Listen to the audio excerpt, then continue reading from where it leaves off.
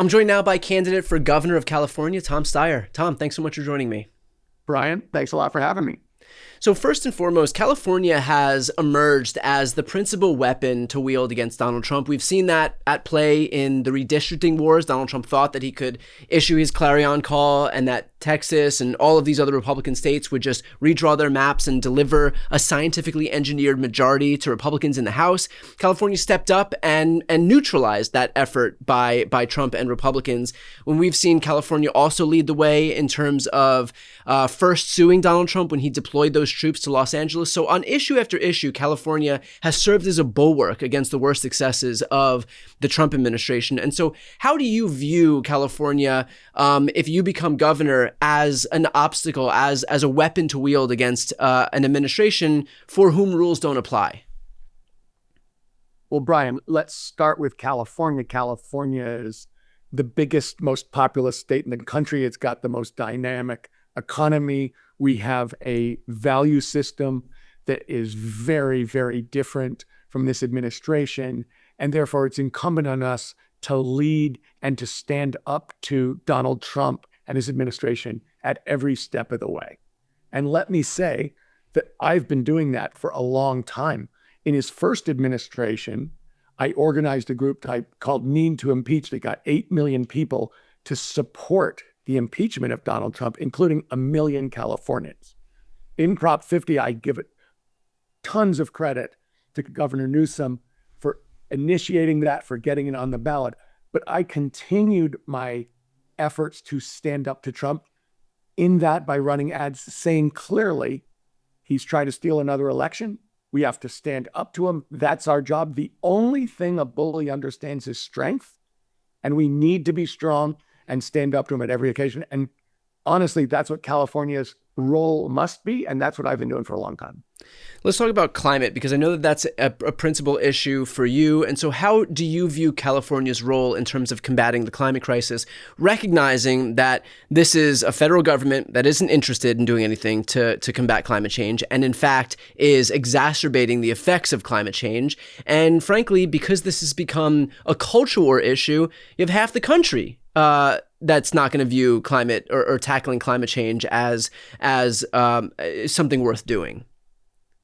Well, Brian, as I'm sure you know, I've been working on this energy climate issue for a really long time. And in fact, with George Shultz, I led a proposition against the oil companies that we won 70-30 to make sure that California stayed in the forefront of this energy transition.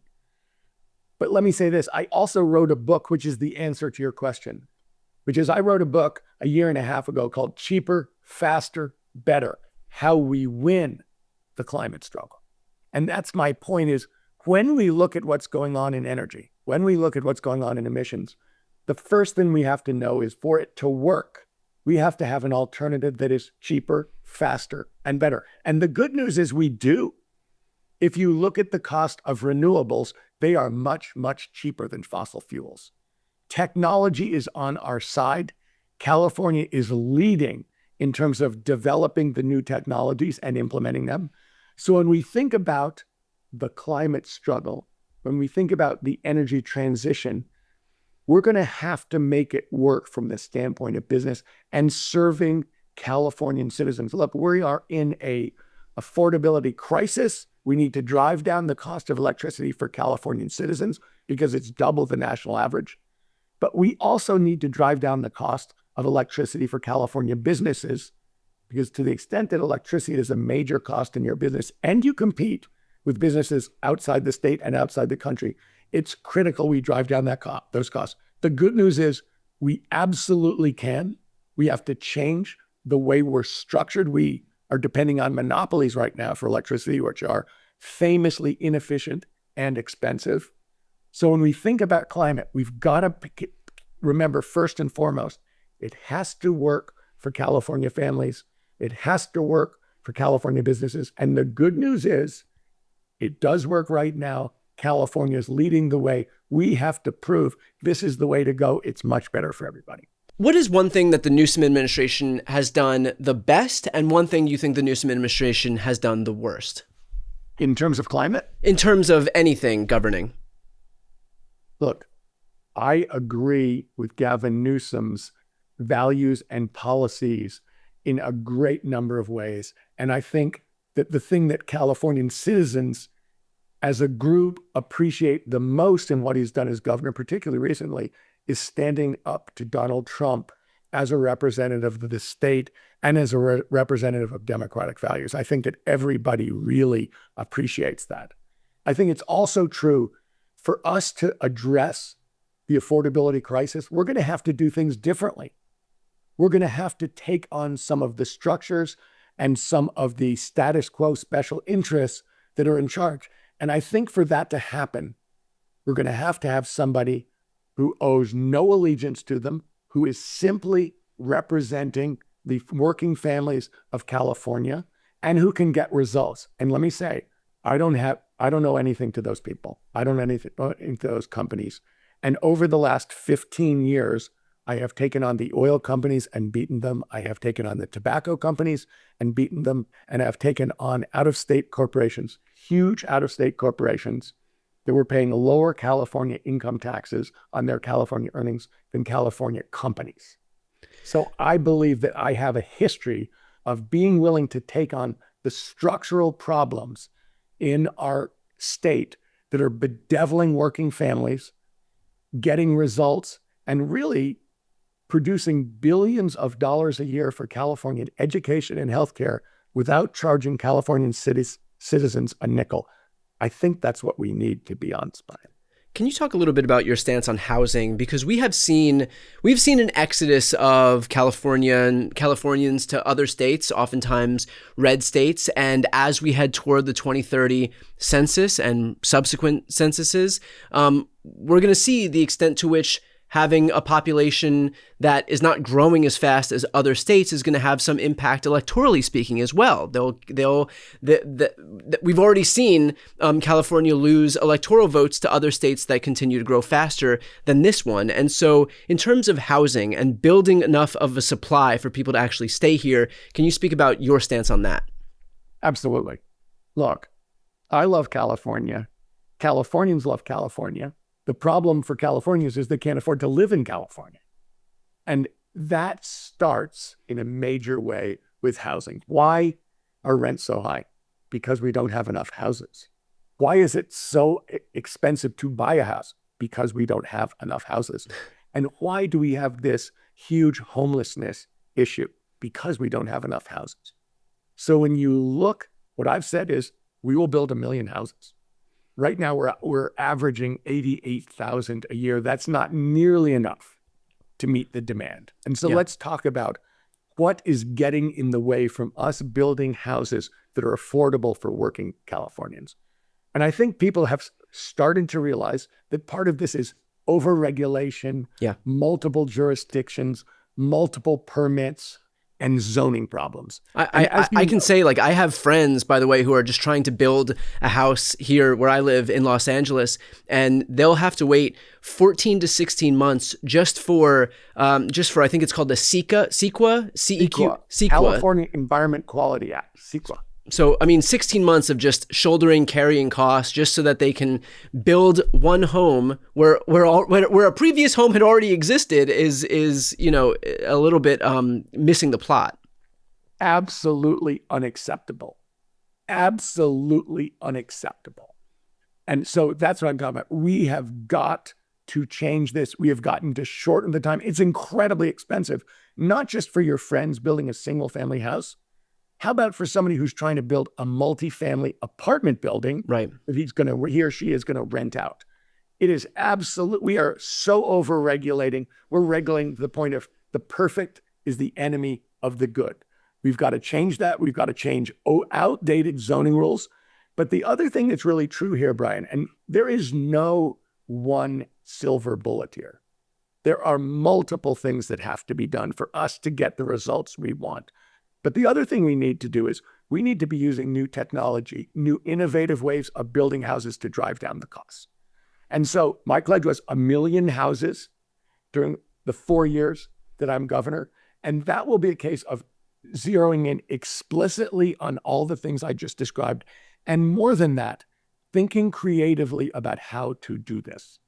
And I have a lot of ideas about how to build within the existing footprints so that all the permitting completely changes, and do it in a way that is more attractive for people like your friends, better deal for them, so that in fact we get the houses built that we so desperately need and that is plaguing California citizens. So really, they're getting, the people who built and run this state, make it work on a daily basis, are getting run over by the cost of housing.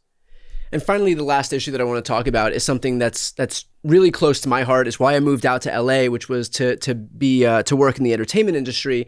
And I've watched over the last 15 years, as I've lived here, the industry die down to the point where it almost doesn't feel like an industry town anymore. And I've watched my own friends who are in the industry move to Canada, move to Georgia, move to Louisiana, move to New Jersey, all because, those states recognize that when you're doing something right, it's worth trying to invest to try to take that industry away. California has been super slow to offer up the same incentives and tax credits that other states have. We've watched our industry dwindle to the point where there's virtually nothing left. This year, luckily, we had the $750 million TV and film tax credit that was extended, putting us still behind Georgia. But frankly, Georgia is still losing industry to the UK, which has more attractive tax credits, and Canada, which has more attractive tax credits. So not only are we not leading in the country, but, frankly, the rest of the world is even beating out the best state in terms of these tax credits. And so what is your plan to lure business back into Los Angeles and San Francisco, basically to bring it back into California so that the industry that really exports culture to the rest of the world can once again thrive in the state that gave birth to it?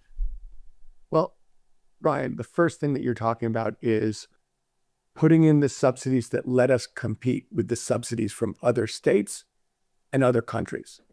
And it is critical that we support our businesses. Look, the film industry is a perfect example of a business that has led the world, that has been the best, that has created amazing outcomes, amazing value, great middle-class jobs, and has been an absolutely critical part of Los Angeles, California. And it is critical that we support that industry so that they can compete with other states and other country and operations in other countries. But it goes beyond that, because this is very, very comparable to what I was talking about in terms of building houses. Because yes, it starts with some of those structural political things, but it is also about how long does it take you to get a permit to do production? What are the rules of the road that are which are dictating what your costs are, both in terms of timing and in terms of technology? And so to a very large extent, there's been an assumption in California that our businesses are so good, we don't need to take care of them and support them. And that's not true. We do. It is critical for us that our businesses support the film industry. As I said, is one that has supported middle-class jobs throughout LA. And so from my standpoint, particularly now, when LA's had some tough times over the last year, it is critical we support those industry, that we support those working people, and that we understand the job of government. It's not just to deal directly with people and make sure that we're solving the affordability crisis for working families in California. It's also solving the affordability crisis for businesses, because this is the best place to start a business. This is the best state in the world to grow a business. It's also the most expensive place, and we're going to have to deal with that structurally. In terms of specifics, do you have a plan in terms of what you would be looking to back in terms of some type of tax credit or subsidy for the entertainment industry? Let me say this. We are going to have to, when I become governor, everything is going to have to be compared to everything else.